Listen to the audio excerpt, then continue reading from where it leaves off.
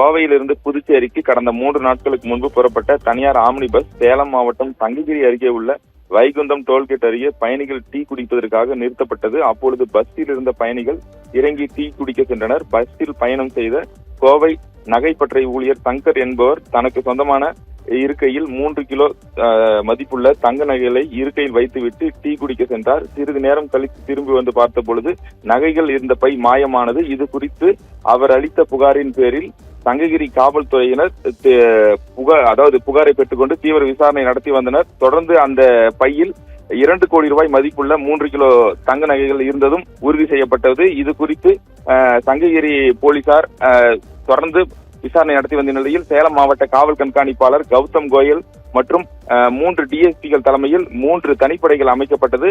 இந்த தனிப்படையினர் கோவையை சேர்ந்த பாலசுப்ரமணியம் என்பவரை கைது செய்தனர். இந்த கொள்ளை சம்பவத்திற்கு மூளையாக அவர் செயல்பட்டதும் கண்டுபிடிக்கப்பட்டுள்ளது. தொடர்ந்து கோவைக்கு சென்ற தனிப்படை போலீசார் பாலசுப்ரமணியை அதிரடியாக கைது செய்தனர்.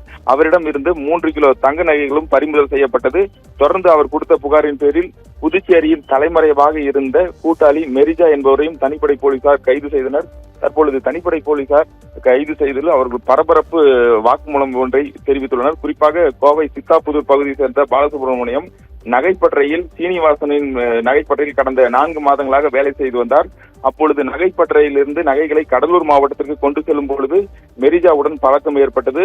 மேலும் பாலசுப்ரமணியம் குறைந்த விலையில் தங்கம் கிடைப்பதாக 15 லட்சம் ரூபாய்க்கு போலியான நகைகளை வாங்கி ஏமாந்துள்ளார். இதனால் பண நெருக்கடியில் இருந்த அவர் இதை சமாளிப்பதற்காக இந்த நகைகளை திருட கூட்டாளியுடன் சேர்த்து முடிவெடுத்துள்ள நிலையில் கடந்த 3 நாட்களுக்கு முன்பு கோவையிலிருந்து புதுச்சேரிக்கு சங்கர் அதாவது நகைப்பற்றையிலிருந்து 3 கிலோ தங்க நகைகளை கொண்டு செல்வதை அறிந்த அவர்கள் போலியான பெயர் பதிவில் அதாவது பாபு என்ற பெயரில் ஆம்னி பஸ்ஸில் டிக்கெட்டை புக் செய்து அந்த பேருந்தில் பயணம் செய்துள்ளனர்.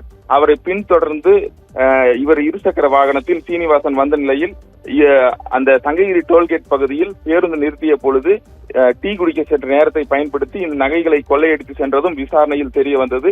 தொடர்ந்து 2 நாட்களில் இந்த கொள்ளையர்களை பிடித்த தனிப்படை காவல்துறையினருக்கு சேலம் மாவட்ட காவல் கண்காணிப்பாளர் பாராட்டுகளையும் தெரிவித்துள்ளார். ஓவியா, தங்களுடைய விவரங்களுக்கு நன்றி ஆனந்த்.